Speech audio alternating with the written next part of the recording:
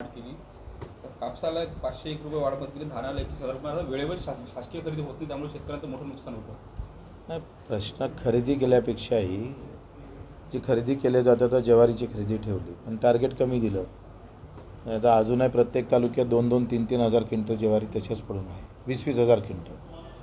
दुसरं असं का कापसावर 500 रुपये वाढवले म्हणजे पहिले 5% घाटा करून कापसाला विकावं लागतं.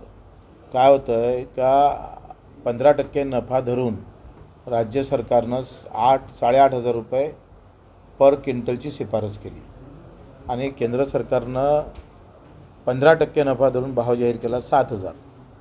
आता राज्य सरकारनं काय केलं माहीत आहे का 15% नफा किमान भेटला पाहिजे असा खर्च जमा करून त्याचं तांत्रिक सगळ्या व्यवस्थेत त्याची डेटा जमा केला आणि त्यानुसार शिफारस केली का 8,500 रुपये क्विंटल भाव भेटले तर किमान 15% नफा भेटेल.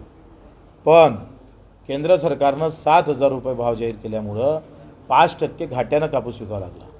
नफा तर 16च, 500 म्हणजे जखमीवरचं जखमीवर मलम लावणे नाही, ते जखम अधिक खरडवून टाकणं आहे.